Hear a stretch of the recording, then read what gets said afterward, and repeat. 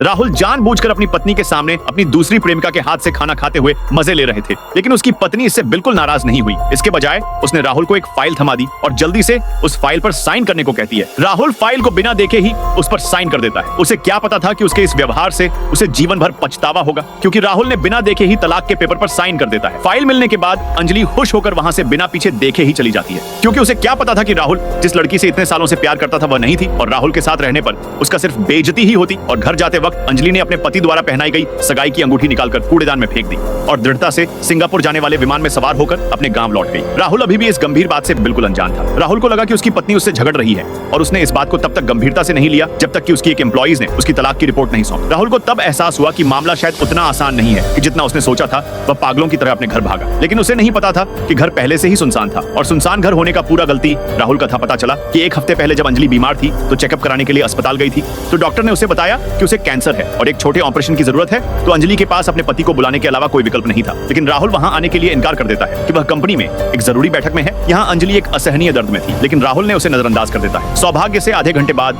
उसकी मां अस्पताल पहुंची। हालांकि जब अंजलि ने सोचा कि राहुल कंपनी में ओवरटाइम काम करने में व्यस्त है, तो उसने गलती से देखा कि राहुल अस्पताल में दूसरी महिला के साथ आया था। यह देखकर अंजलि के दिल में एक जोरदार झटका लगा। इसी समय अंजलि ने अपने पति को फोन करना चाहा, लेकिन काफी देर तक हिचकिचाती रही, फिर भी फोन नहीं कर पाई। बातचीत के दौरान अंजलि को पता चला कि उस षड्यंत्रकारी महिला को जुकाम हो रहा है। राहुल ने उस षड्यंत्रकारी महिला के साथ ऐसा व्यवहार कर रहा था कि जैसे वह उसके लिए किसी बड़े दुश्मन का सामना कर रहा हो। अंजलि ने पूरी रात अस्पताल के बिस्तर पर राहुल का इंतजार करती रही, लेकिन उसे राहुल का एक फोन भी नहीं आया। बाद में अंजलि को पता चला कि राहुल पूरी रात अस्पताल में उस षड्यंत्रकारी महिला का रखवाली कर रहा था। अंजलि को अपने बीते दिनों का याद आया कि वे दोनों 7 साल से एक दूसरे से प्यार करते थे और आखिरकार उन्होंने शादी कर ली। अप्रत्याशित रूप से षड्यंत्रकारी महिला के झूठ ने राहुल का असली चेहरा उजागर कर दिया। राहुल ने वादा किया था कि अंजलि को जरा भी तकलीफ नहीं होने देगा, लेकिन यह वादा एक मजाक बन गया। अपनी सारी कस्मों के बारे में सोचते हुए अंजलि को ऐसा लग रहा था कि जैसे वह किसी बर्फ की गुफा में हो। अब तक उसे आखिरकार एहसास हुआ कि वह इतने सालों से एक जोकर की तरह जी रही थी। घर लौटकर अंजलि ने तुरंत तलाक का एक समझौता बनवाया। दोस्तों, अभी कहानी खत्म नहीं हुई है। अगर आगे देखना है, सब्सक्राइब करके नेक्स्ट पार्ट लिखो।